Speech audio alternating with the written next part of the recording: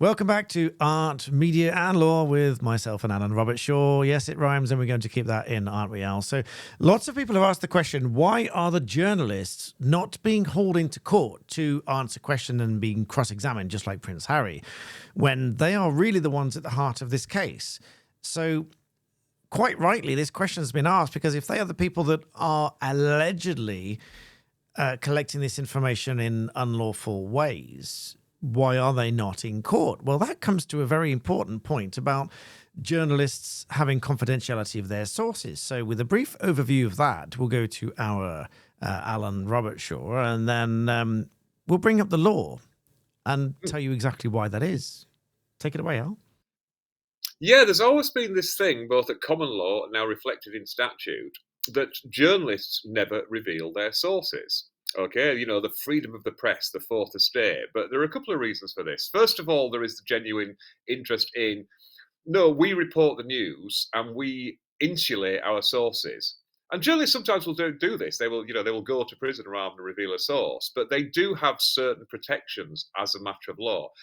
However, also, and this relates back to plug my Tales of a Night Lawyer video, and I said, we never actually meet the journalists because they just send the stories in. Another reason journalists never reveal their sources is so they can't be sacked. Because if they are the source of a brilliant story, and they're always producing these brilliant stories, we say, well, where are you getting those from? It's like, well, if I tell you and then you sack me, you'll just get whoever replaces me to approach my sources. So that's part of the reason as well. And this all ties into, like in the phone hacking where people are saying, surely you checked where your journalists were getting these stories from. And it's like, well, no, editors don't do that. I mean, they'd probably love to, just because then they could sack people and replace them.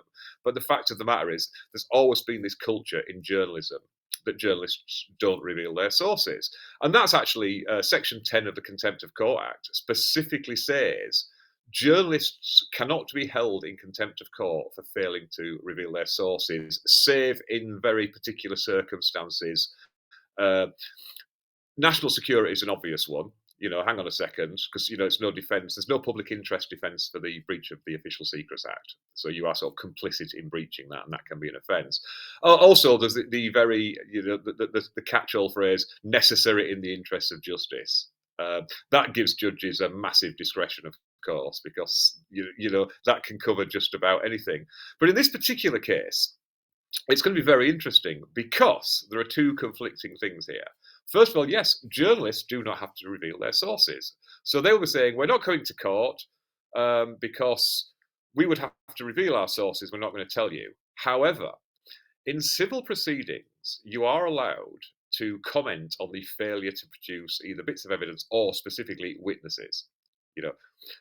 Why did you not call this witness? Well, I haven't called this witness. And you are allowed to say to the judge, you can infer that the reason that they did not call this witness is because this witness either would be devastating to their case, or in this particular case, the witness on oath would have to say, yes, I hacked that person's phone.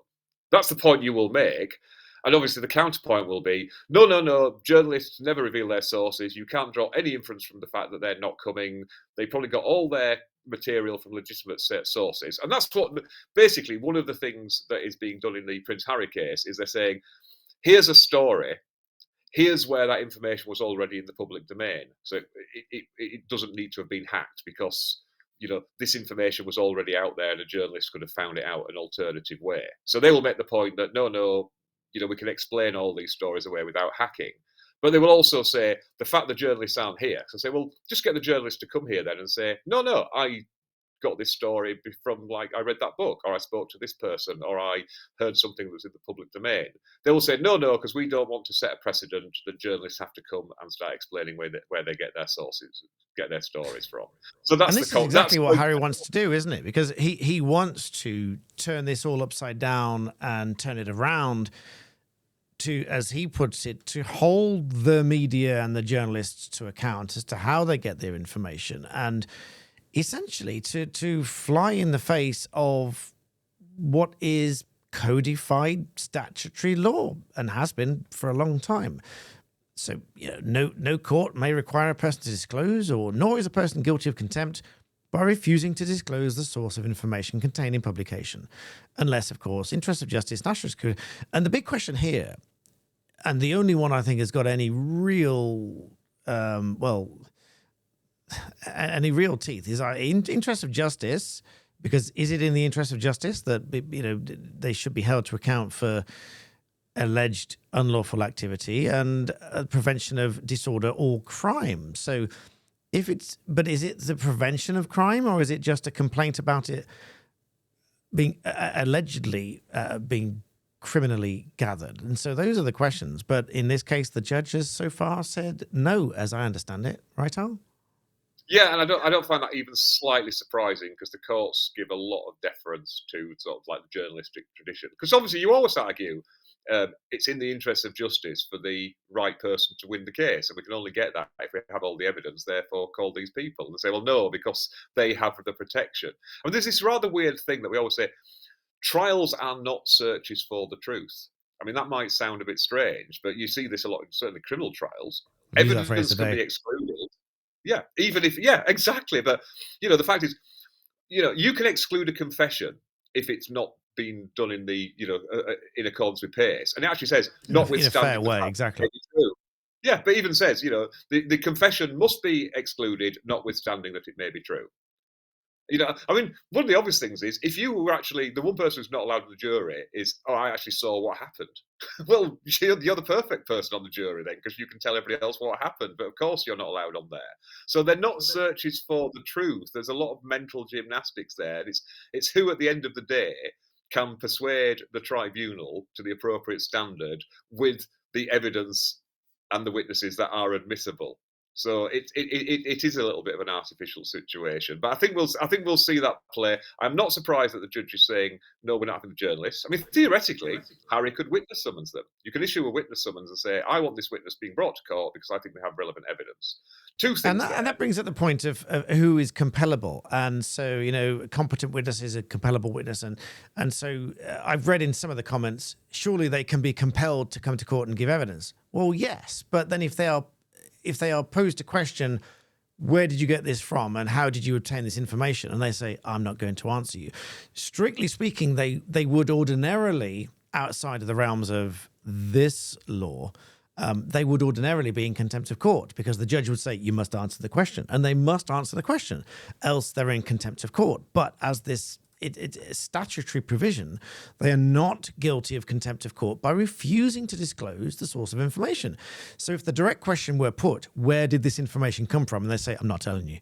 Even in court, even being compelled to give that evidence. And that's why the judge has said it's a waste of time. I'm not wasting this court's time by bringing these people to court, because they don't have to, unless I say so, they don't have to disclose the source of this information. And the judge has obviously made this, as you said, Al, this broad, sweeping decision that it is not in the interest of justice, national security, or prevention of disorder and crime, and the freedom of expression and the protection of the press and the sources of their information outweighs that of any of these others. So unless literally someone is about to be expunged to avoid certain YouTube algorithmic selection of words within channels, they're probably not going to be compelled and forced to give up their sources. No, and just to say, there are two things here. If somebody was to witness summons, a journalist, first of all, they could just turn up and say, we apply for the summons to be set aside on the grounds that, there's no point calling us because we don't have to answer these questions. But even if somebody was, summons, the big problem for Harry there is, if you witness summons somebody, you are saying they are a witness of truth. So if the journalist comes and you say, now, Mr. Journalist, did you hack my phone? No, I didn't. Oh, well, I say you did. Well, sorry, you can't say that because you've put this witness forward saying the reason they're brought to court. You can't bring a witness to court just to cross-examine them. That's one of the rules. But also, as well as the Article 10 point, let's say, for instance, you were to say to somebody, right, you hacked my phone, didn't you? They say, well, I refuse to answer that question on the grounds it may incriminate me. Because Americans call it taking the fifth. We don't have that, but the rule applies. You don't have to self-incriminate. Now, obviously, you could ask the judge to draw an inference from that and say, well, the fact he's saying that like there's only one obvious inference from that. Could be pretty But damning, that's yeah. yeah. But to avoid all that, it's not even slightly surprising to me that none of the journalists are giving evidence. It'll be interesting how it is addressed in speeches. Harry's people will no doubt say they're not here because if they were to give evidence, they'd have to admit they were hacking, and the newspaper's lawyers will be saying, no, this is completely bog standard. Journalists never give evidence in court cases like this. Yeah, and they're just going to run with this the expected argument, as you said. They're not going to come forward and say where the information came from. It's going to, put at risk people, principles, practices, and damage freedom of expression. It's just not going to happen. So there we are. I thought that was a very interesting question. I saw it a number of times in the comments to a number of videos in the last sort of 48 hours or so, mine and other people's. And no doubt other YouTube creators will want to take snippets of this. If you wish to, and you wish to use this as an explanation, do let us know. We're probably more than willing to let you use snippets of this with credit where it's due. Link them to our channel. We want to share our understanding of the law with all of you and help you to understand this case in particular. So if you are another creator, you want to use this snippet, do reach out. Don't just take the whole thing, because after all, this is an art and media law channel specializing in copyright and trademarks, and we know what we're doing. I've had another conversation on the train this morning actually about somebody brought a challenge for copyright against a video in which actually they're being harassed rather than it being a copyright challenge. Now, obviously, the copyright challenge is going to fail. If you are the subject, this is the subject for another video, but just to make sure you subscribe. Art, media, and law covers things such as malicious communication, malicious falsehoods, all sorts of other areas we can go into, Al.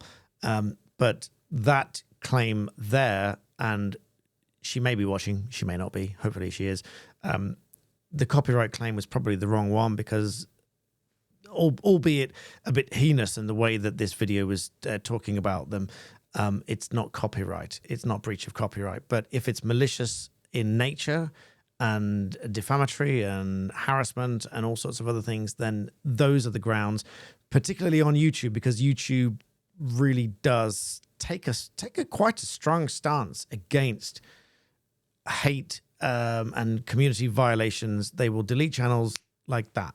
So if you've got those problems, you can come to us. We'll talk about it. We'll help you with it. Not as legal advice, as guidance, you understand. But we thought that'd be an interesting conversation and explanation for you as to why the journalists are not in court. Any closing words, Al?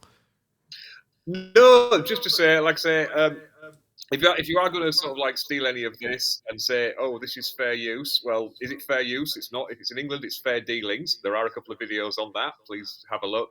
But yeah, I would say to get some context, the Night Lawyer one, because that's the real nitty-gritty coalface stuff of forget all the what the law books say. This is how journalism actually really works. Fantastic video, that one. Go check it out. I will endeavor to remember to link that in the description below. If not, you'll find it on the channel. Make sure you're subscribed and hit the notification bell. You'll get all of the updates on this case and many others.